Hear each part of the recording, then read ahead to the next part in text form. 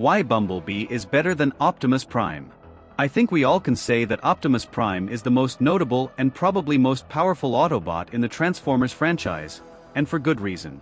Appearing in almost every iteration of the brand, whether it's the comics, the live-action movies or the cartoons, he's the most ubiquitous character from the Generation 1 continuity that's been adapted in other timelines, and has pretty much been the de facto leader of the Autobots at all times, leading to a certain brand image in the minds of the fans.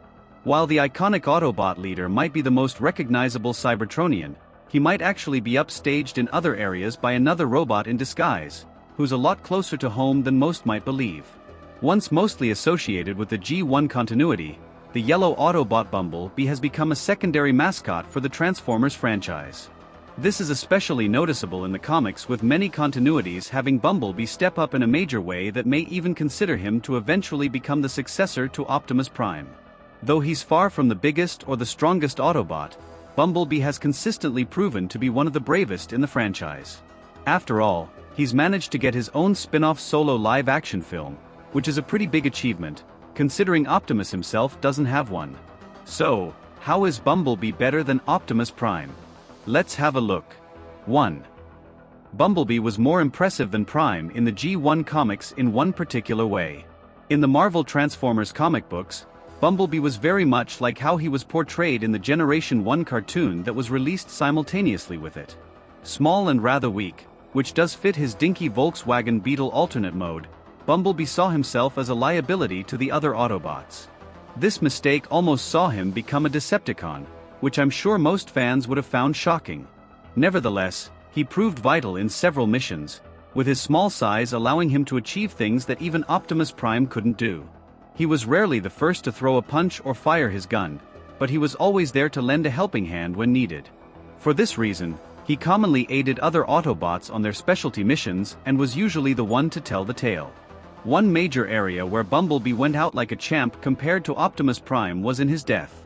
Said deaths were conflicting, with one version involving the human team G.I. Joe.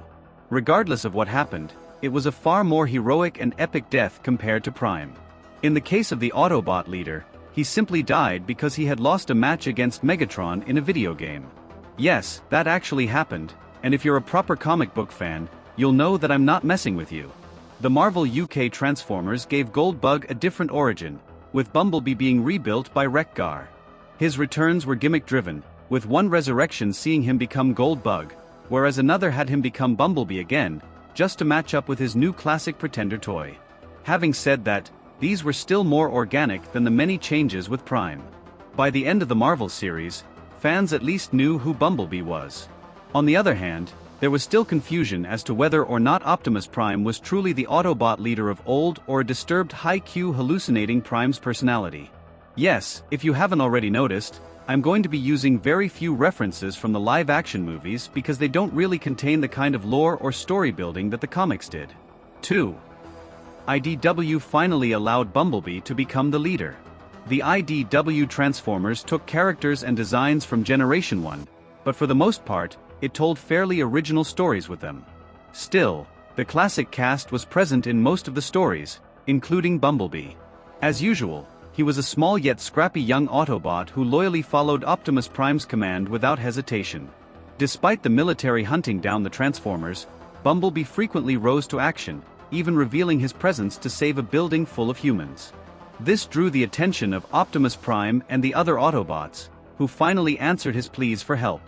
Such valor and bravery in the face of persecution and indifference was proof of how heroic Bumblebee was, as he displayed this at a risky level that even Prime himself didn't reach.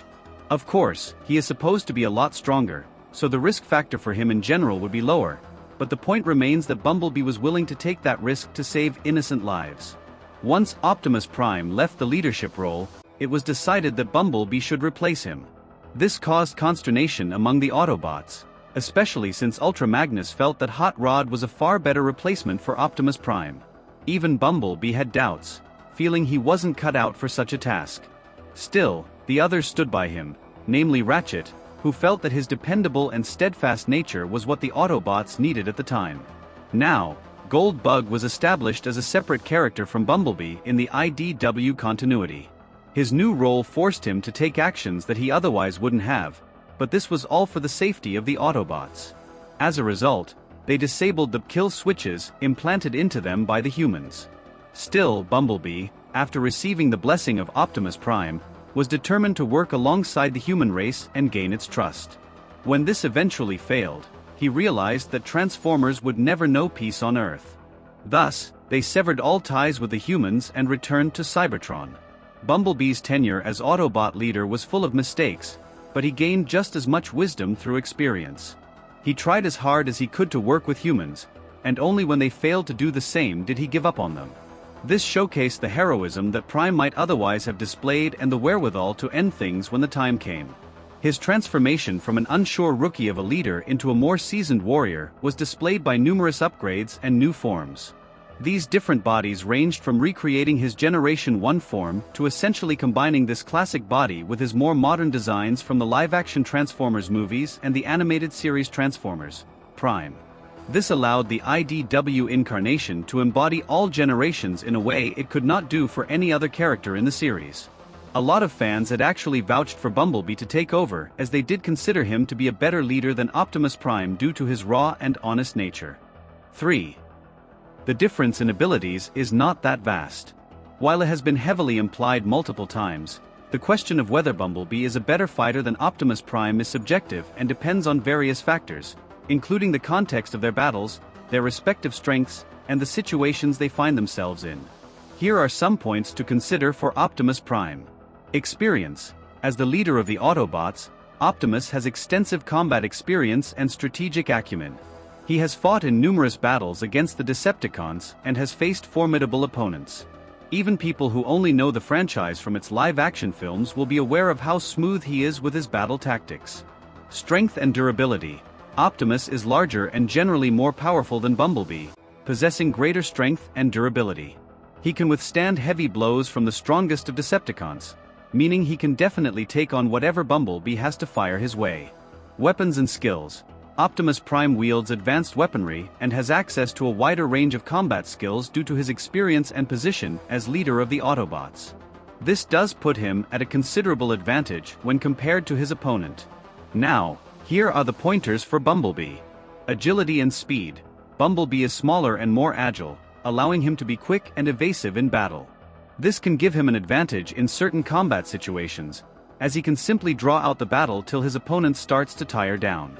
Stealth and tactics. He often uses stealth and clever tactics, which can help him outmaneuver larger opponents, including Optimus at times. This has been shown a few times not just in the cartoons, but also in the live-action films.